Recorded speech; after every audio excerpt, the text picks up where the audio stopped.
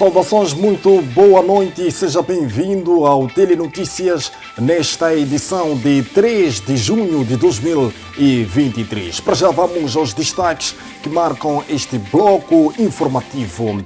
O primeiro destaque dá conta que termina hoje o recenseamento eleitoral em todo o país. O segundo destaque dá conta que estudos realizados pelo Centro de Integridade Pública indicam que mulheres deslocadas em Cabo Delgado recorrem à venda de sexo para sua sobrevivência devido à falta de assistência. Acompanhe o desenvolvimento destas e mais notas já agora no Jornal da Noite.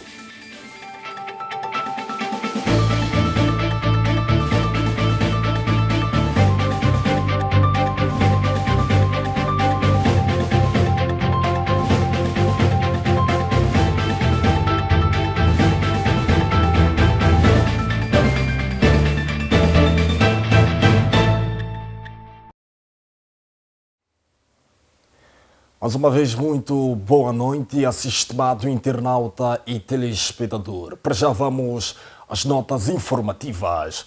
A Comissão Nacional de Eleições decidiu, por consenso, não dar provimento aos 3 pedidos de prorrogação do processo de recenseamento eleitoral por considerar os motivos apresentados inconsistentes. A Comissão Nacional de Eleições, na sua 10ª sessão plenária, realizada nesta quinta-feira, debruçou sobre os pedidos de prorrogação do período de recenseamento eleitoral em 30 dias pela Renamo, 15 dias pelo MDM e em tempo não especificado pelo consórcio Mais Integridade. Durante a sessão, a Comissão decidiu não alargar o período do processo e justifica que os motivos apresentados para o efeito não são consistentes.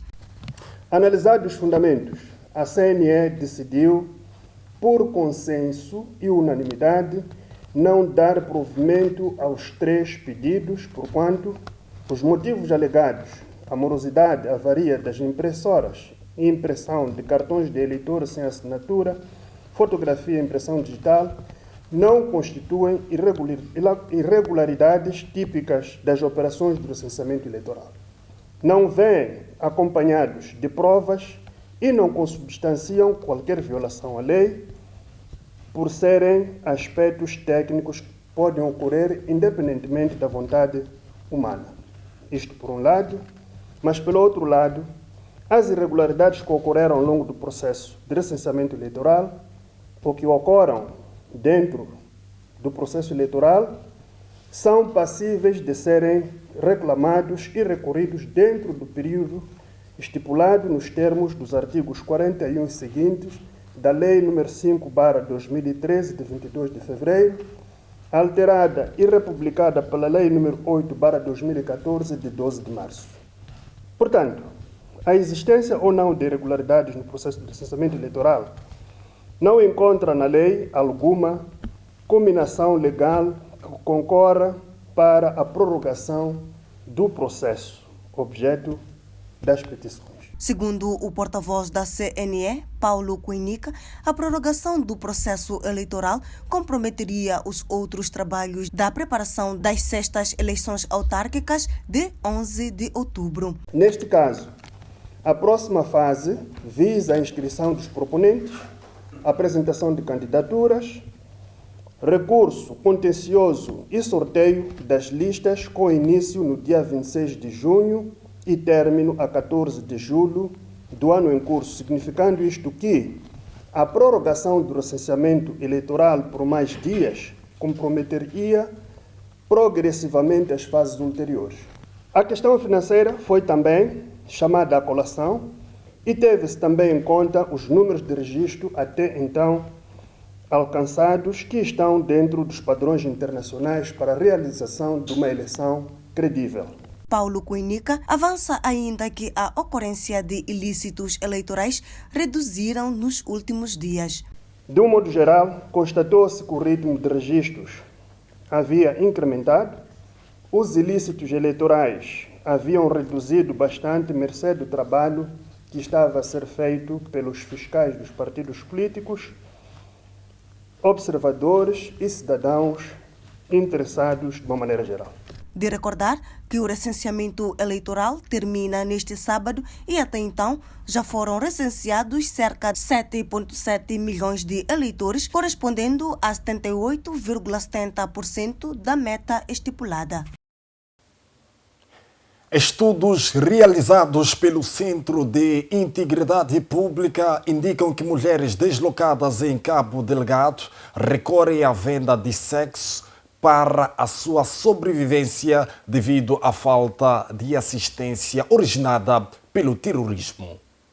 É uma constatação trazida pelo Centro de Integridade Pública depois de um estudo de campo realizado em outubro de 2022 para aferir a situação das mulheres e raparigas deslocadas em Cabo Delgado devido ao terrorismo. Consta do estudo que mulheres e raparigas recorrem ao trabalho de sexo para a sua sobrevivência. Um número significativo de mulheres e raparigas deslocadas na província de Cabo Delgado recorrem à venda de sexo como uma estratégia de sobrevivência. Mas não é só isso. Algumas mulheres chegam a ser aliciadas a envolverem-se sexualmente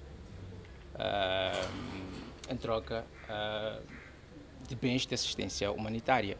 Segundo Aldemiro Bande, investigador do Centro de Integridade Pública, este fenômeno prevalece mais nos centros de acomodação, mesmo depois das denúncias feitas. Este é um fenómeno que, não obstante denúncias feitas pelo CIP e por organizações da sociedade civil, diversas e organizações internacionais, ainda prevalece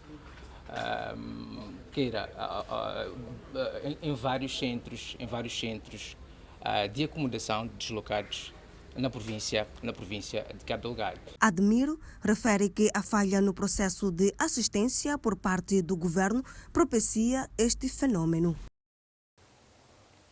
Ainda na atualidade nacional, vamos à notícia que dá conta que as instituições de justiça mostram-se preocupadas com o aumento de casos de violência contra a mulher e rapariga em todo o país. De acordo com a juíza Nilza Penny, a sociedade moçambicana deve colaborar com os tribunais de modo a serem aplicadas as penas devidas aos agressores.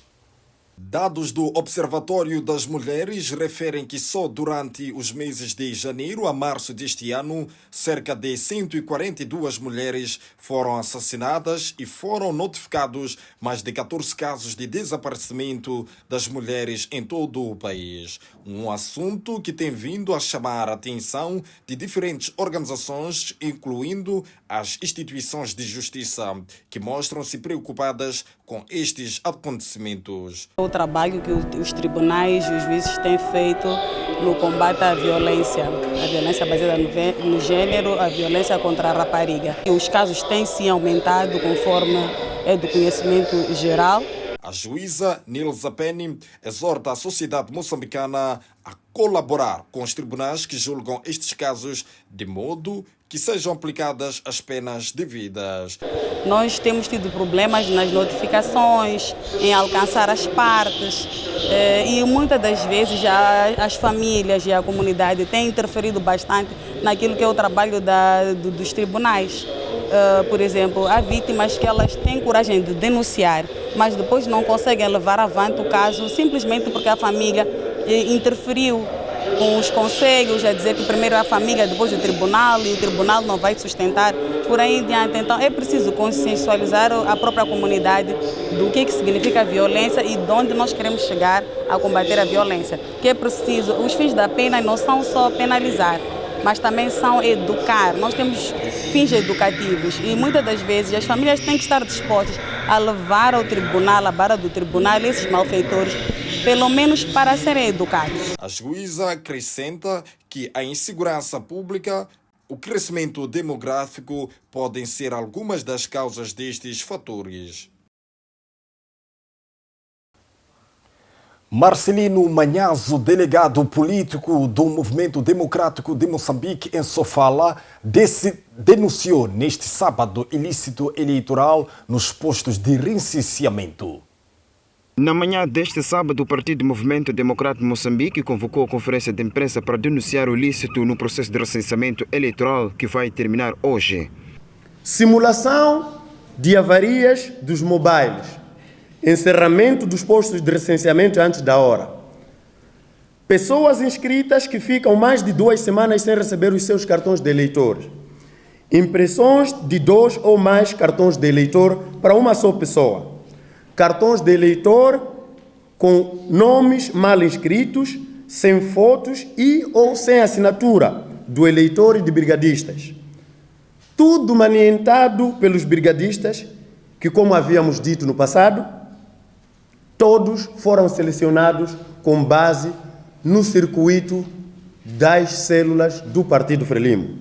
E este facto foi bem há dias atrás, para quem esteve atento à imprensa, foi sublinhado, testemunhado e comprovado pelo próprio Partido Frelimo através da sua bancada na Assembleia da República. Paralelamente a isso, grupos de funcionários públicos recrutados e preparados pela Frelimo conseguiram recensear-se na Beira, Dondo, Nhamatanda, Marromeu e Gorongosa. Neste último, até membros da Frelimo de distrito de Mopé, na Zambésia, foram movimentados para Caia. E o senhor Nhanzoso, primeiro secretário do Partido Frelimo em Sofala, na sua digressão em reuniões, foi tendo encontros com funcionários públicos a vários setores nos distritos municipais.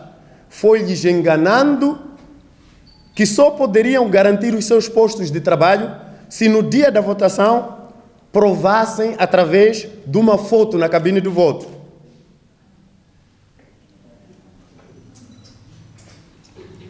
Como se os funcionários fossem pertença da Frelimo e sem cérebro. Só para citar alguns de vários exemplos.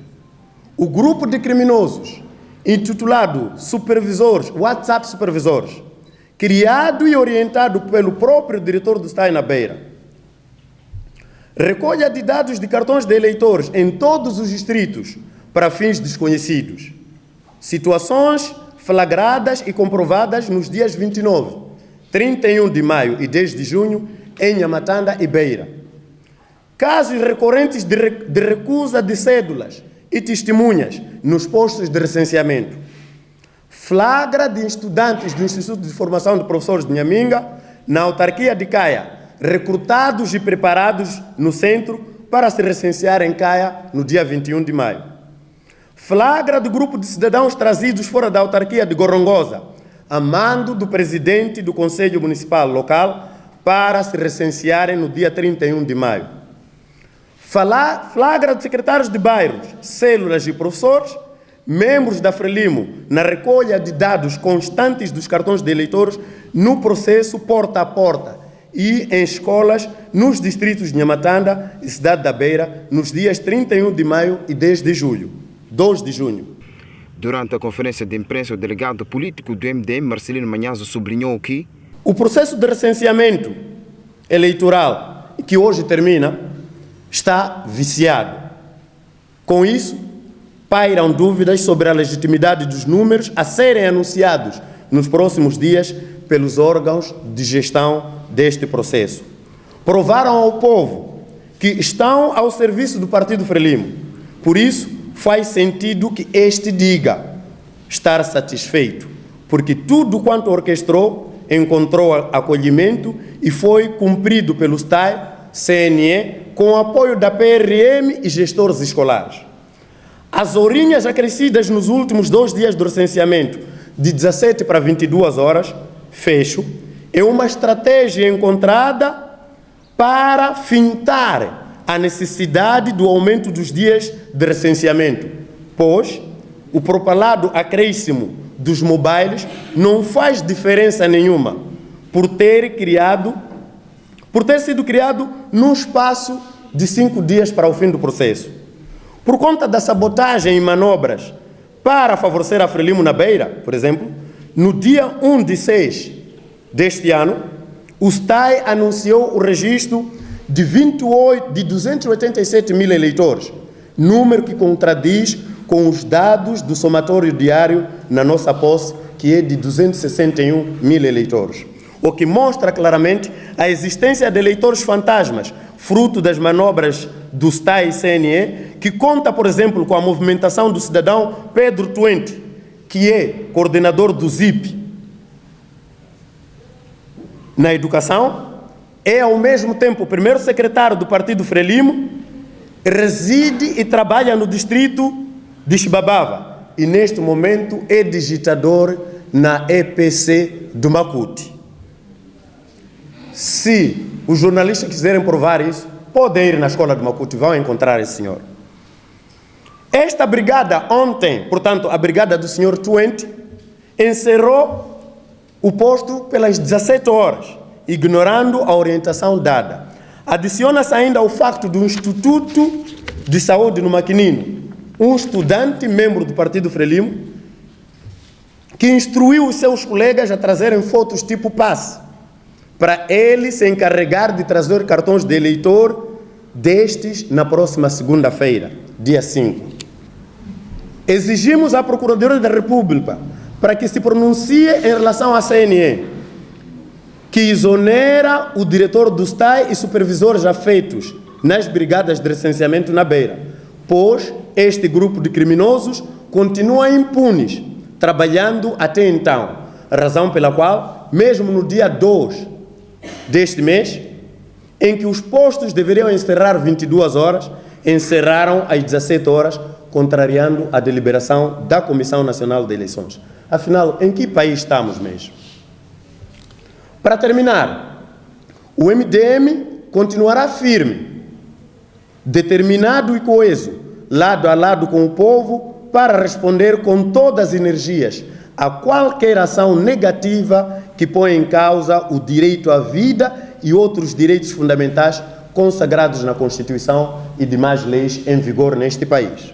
As imagens são de Lino Pedro, Mendes Mundai, FTV, a partir da província de Sofala.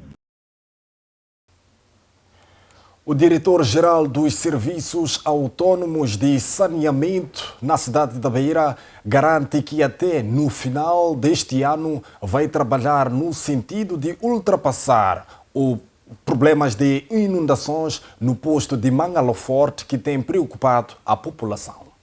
Moisés Chinene, diretor-geral de Serviços Autônomos de Saneamento da Beira, falava durante a comemoração dos 14 anos daqueles serviços levado a cabo na cidade de Chiveve. Moisés, em entrevista, começou por manifestar o seu sentimento face à efeméride. 14 anos trabalhando por um saneamento para todos na Beira.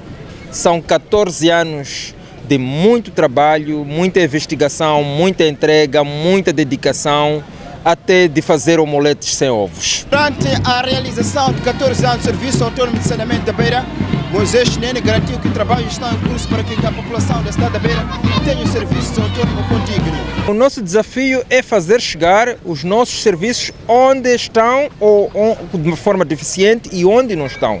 Temos estado a trabalhar na drenagem, abrindo novas valas mais para o interior, nas zonas suburbanas. Temos estado a enriquecer os nossos equipamentos de sucção de fossas sépticas, a pensar em instalar estações de transferências.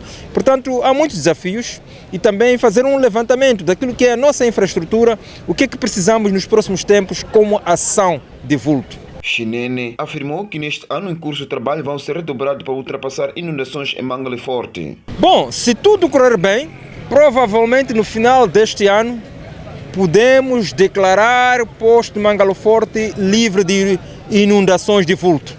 Começamos um grande projeto há 2 anos. No último ano abrimos uma vala de vulto, só interrompemos quando chegou a época chuvosa, estamos a meio, queremos agora retornar para completar, entregar as águas no Rio Ladrão. Quando completarmos, o posto de Mangaloforte estará livre de inundações de grande dimensão. Numa outra intervenção, Chinene mostrou-se preocupado com munícipes que erguem suas casas nas valas de drenagem, impedindo deste modo a circulação das águas pluviais. Bom, continua um desafio, continua difícil lidar com os assentamentos informais. Ainda temos munícipes que, apesar das nossas campanhas de sensibilização, continuam a construir por cima das valas, continuam a testar se a municipalidade vai atuar Portanto, são desafios. Mas estão a entrar aqui nesta cidade 2 grandes projetos com os quais vão alavancar muito o serviço de saneamento. Falo da segunda fase do projeto de drenagem, falo também do projeto da União Europeia para o serviço de saneamento na cidade. A partir da cidade da Beira, as imagens são de Nino Pedro, Mendes Mugai, FTV.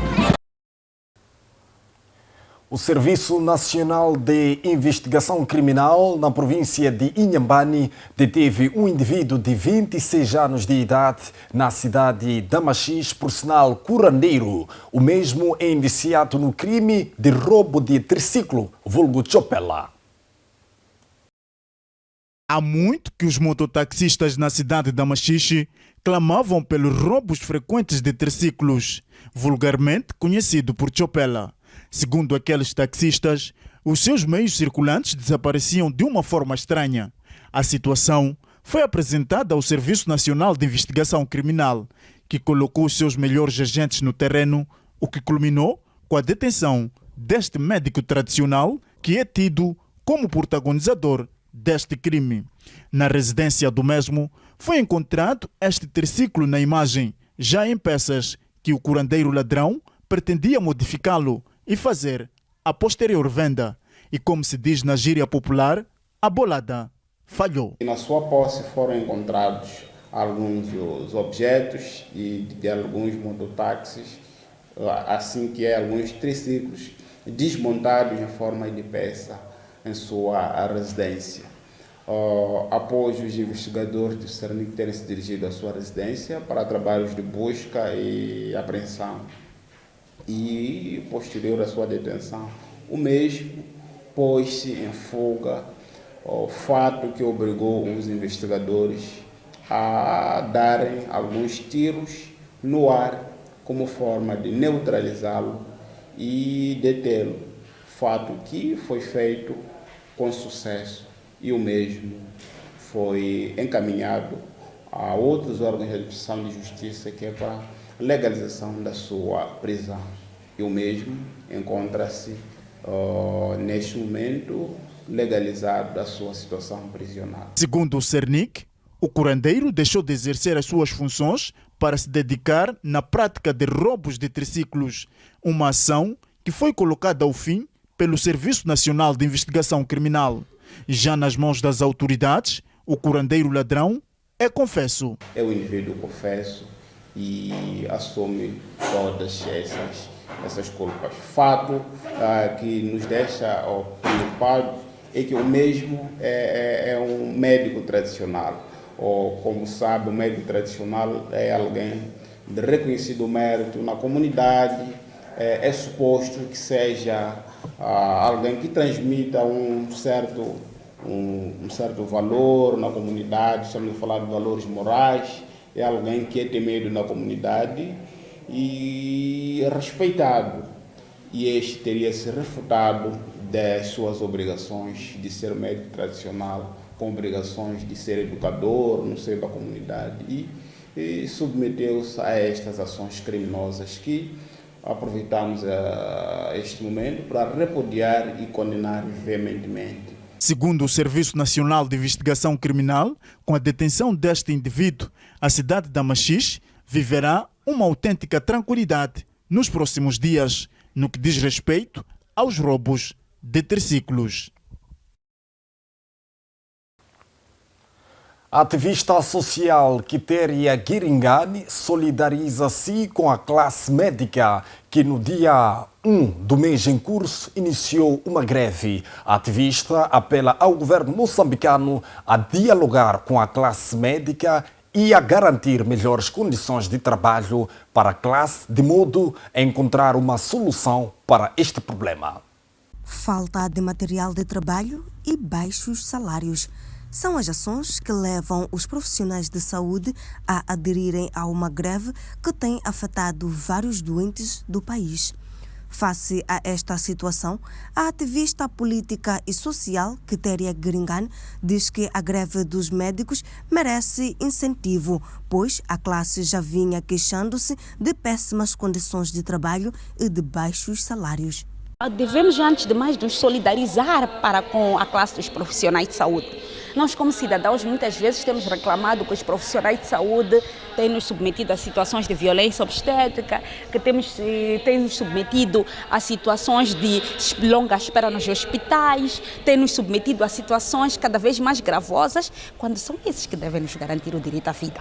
Então, quando os profissionais de saúde decidem fazer uma greve que não é silenciosa, nós temos que estimular, temos que incentivar, porque é resolver as raízes mais profundas de uma greve que já existe há muito tempo e que não está a ser respondida. O profissional de saúde diz, olha, eu estou a garantir a vida, eu quero ter direito a 2 luvas, eu quero poder trocar luvas, eu quero ter materiais em condições, eu quero poder ter profilaxia após exposição, eu quero ter condições que me protejam para que eu possa proteger o paciente. É melhor uma greve que vai resolver os problemas estruturais que estão acometidos a nossa saúde. Todos nós estamos conscientes que a nossa saúde está doente, não está bem. Então é preciso responder a isto. Gringane refere que o governo moçambicano deve dialogar com a classe de modo a trazer uma solução. Os ministros que tentam abafar este descontentamento popular, que tentam ridicularizar os manifestantes, criando uma situação falsa de que não estão registrados, quando o reconhecimento jurídico não é obrigatório para uma associação existir. As associações criam-se por si só vão ao governo para reconhecer-se juridicamente, mas o reconhecimento jurídico não lhes impede de atuar. Então, se esta greve vai resolver os problemas estruturais da saúde, é muito bem-vinda e deve colocar o governo a dialogar com esta classe de profissionais para garantir que não haja um Moçambique A e um Moçambique B. Os privilegiados que têm acesso a tudo, as elites que têm acesso a tudo e os profissionais de saúde que são tratados como genteados do Estado. É que neste país não se negocia com o governo de outra forma. Se você não faz greve, se você não manifesta, quer dizer, o governo só vai quem tem dinheiro e quem tem armas. A ativista vai mais longe ao dizer que a greve silenciosa pode trazer consequências ainda mais devastadoras para a sociedade. Não é a greve que vai matar, é a não greve. É a greve silenciosa que mata mais. Estamos a morrer quando nós dizemos que meu familiar morreu de repente no hospital. Meu familiar entrou no hospital, estava bem, de repente deixou de falar. Minha irmã estava no parto, perdeu a vida durante o parto. Isso não é greve. Essa greve não mata. Mata mais, o silêncio mata mais, porque a pessoa está revoltada com o sistema, mas não pode agir, porque tem medo de perder emprego, porque tem medo de faltas, porque tem medo de sanções. Os profissionais da saúde marcaram uma greve de 25 dias a partir do dia 1 de junho corrente. Após termos acompanhado as notícias nacionais, é momento de irmos para uma breve pausa e voltamos para a segunda e última parte do Jornal da Noite. Não saia deste lado.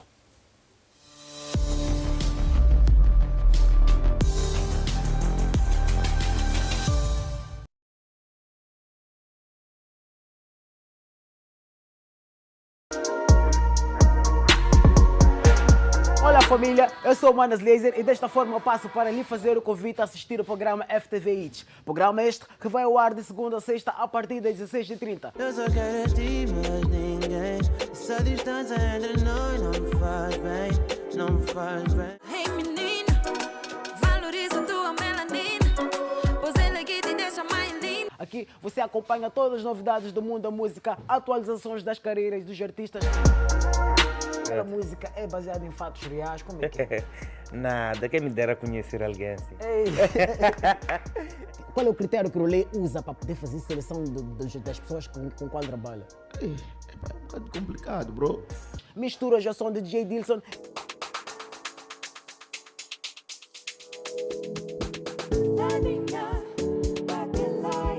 Vídeos e muito mais.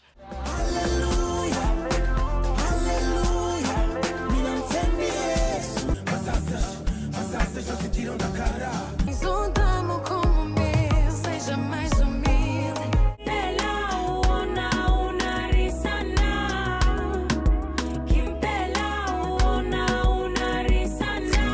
Fiquem sempre ligados ao bom do entretenimento aqui no programa FTV Hits, na televisão FTV.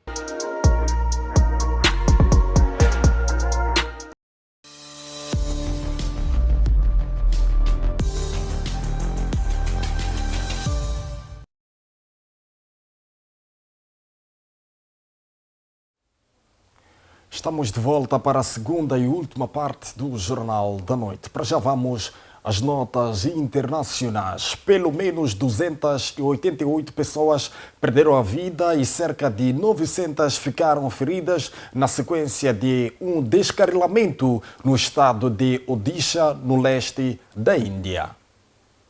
Pelo menos 288 pessoas perderam a vida e cerca de 900 ficaram feridas na sequência de um descarrilamento no estado de Odisha, no leste da Índia. Teme-se, no entanto, que os números venham a subir. As operações de resgate prosseguem com mais de 200 de ambulâncias no local e suspeita-se que haja várias pessoas presas nos destroços. As causas do acidente ainda não foram apuradas para já. Sabe-se que envolveu um comboio de alta velocidade que seguia a cerca de 130 km por hora, um comboio de passageiros que seguia na direção contrária e um comboio de mercadorias que estava parado na linha. O primeiro-ministro indiano Narendra Modi já convocou uma reunião de emergência para gerir a situação e o estado de Odisha já decretou um dia de luto. A Índia tem a quarta maior rede ferroviária do planeta e um longo historial de acidentes. O mais grave teve lugar em 1981, quando 7 carruagens caíram a um rio, provocando mais de 800 mortos. A Rússia pode até ter reclamado a vitória na batalha por Bakhmut, mas a Ucrânia diz que as forças do país estão no terreno, que mantém as posições e até estão a contra-atacar. Nas encostas e campos nos flancos da linha de frente da cidade, as unidades de combate mantêm a pressão sobre as forças russas com disparos de morteiros constantes. O comandante da unidade de combate ucraniana diz que a luta não acabou, mas que está a entrar numa nova fase. A guerra continua e continuará. Ou seja, vamos avançar pelos flancos. Posso falar por mim e posso responder pela minha unidade que estamos a avançar, a cumprir com as tarefas de combate que nos foram atribuídas pelo Comando Superior. Tudo se está lentamente a encaixar. A reviravolta em Bakhmut ocorre numa altura em que a Ucrânia se prepara para lançar uma contra-ofensiva mais ampla em toda a região. A Rússia pagou um custo humano muito alto para capturar a cidade.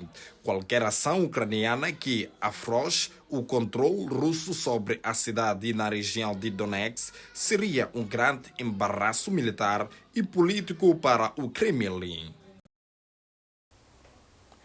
O presidente polaco Andrzej Duda fez marcha atrás e anunciou esta sexta-feira que propôs emendas de urgência à polêmica lei anti-influência russa assinada esta semana. Os críticos dizem que a lei viola a Constituição polaca e que pode impedir que opositores do governo ocupem cargos públicos sem poder total para contestar as decisões no tribunal. Proponho que as medidas corretivas sejam abolidas e que, em segundo lugar, seja apenas mantida a declaração da comissão de inquérito, afirmando que uma pessoa que tenha agido sob influência russa não garante o desempenho adequado para funções públicas, sublinhou Duda. A iniciativa mereceu críticas de Bruxelas e Washington. Na forma atual, a lei criará uma poderosa comissão de inquérito destinada a investigar a influência da Federação Russa na política da Polónia nos últimos 15 anos. Da atualidade internacional, passamos para o desporto. Maputo vai acolher pela primeira vez o Congresso da FIBA África, a ter lugar nos dias 9 e 10 do corrente mês. Este é o maior evento de basquetebol a nível da África. A comissão organizadora do Congresso da FIBA África reuniu-se nesta sexta-feira para dar a conhecer os preparativos do evento do organismo máximo do basquetebol africano, que terá lugar pela primeira vez no território nacional, concretamente em Maputo. Um evento bastante importante que vai ocorrer aqui no Maputo, que é um evento que vai juntar várias figuras, dentre as quais o presidente também da FIBA Mundo, o secretário-geral da FIBA Mundo. Aqui temos presente o secretário-geral da FIBA África, o que significa que a África toda, em termos de basquetebol, vai emprestar há alguns dias nesta nossa pérola do Índico para poder discutir matérias bastante importantes, que são matérias que versam sobre a análise daquilo que foi e perspectivar o que vai ser o movimento do basquete, tanto não só a nível da África, porque logo a seguir, depois do término deste congresso, em agosto haverá o congresso da FIBA Mundo, o que significa que a preparação aqui no Maputo deste grande evento reveste-se de uma grande importância para o país, pela notoriedade que Moçambique vai emprestar, tendo em conta também o cenário em que nós temos cá conosco o presidente da FIBA África, o senhor Aníbal Manave, que é moçambicano. Em seu discurso, o presidente do FIBA África, Aníbal Manave, começou por agradecer o governo de Moçambique pelo apoio na promoção do basquetebol africano. Por outro lado, este congresso também é histórico. É pela primeira vez que se realiza no país, na África Austral, num país de expressão portuguesa. Portanto, poderemos ter aqui também um número recorde de participantes, o que para nós é importante porque a África está toda ela comprometida no progresso do basquetebol africano, mas sobretudo quando participamos nestes eventos é porque queremos arranjar soluções para os inúmeros problemas que o basquetebol africano tem. Manave disse que na época da Covid-19, o FIBA África teve de se reinventar e conseguiu cumprir com a agenda de todos os jogos programados, porém, um dos desafios que ficou por ser feito foi precisamente o basquetebol a nível feminino, que ficamos 2 anos, pelo menos, sem termos a taça dos clubes campeões femininos e voltamos a reatar o ano passado, precisamente aqui em Maputo, e esperamos que de agora avante não teremos problemas mais com o basquetebol feminino. O basquetebol jovem também, a nível dos mais novos, também sofreu alguns pequenos percalços, mas aí não tanto como dos femininos. Então, posto isto, vamos investir muito forte no basquetebol a nível feminino. Criar condições também para que as equipas possam participar e que as senhoras também possam jogar e criar as mesmas condições que os homens têm. O Congresso da FIBA África terá lugar nos dias 9 e 10 de junho, na capital moçambicana. Com esta nota, colocamos um ponto final a esta transmissão em direto do Jornal da Noite, nesta edição de 3 de junho de 2023. Nós ficamos por aqui com promessas que a voltar amanhã, à mesma hora. Uma boa noite para si e continuação de um belo sábado.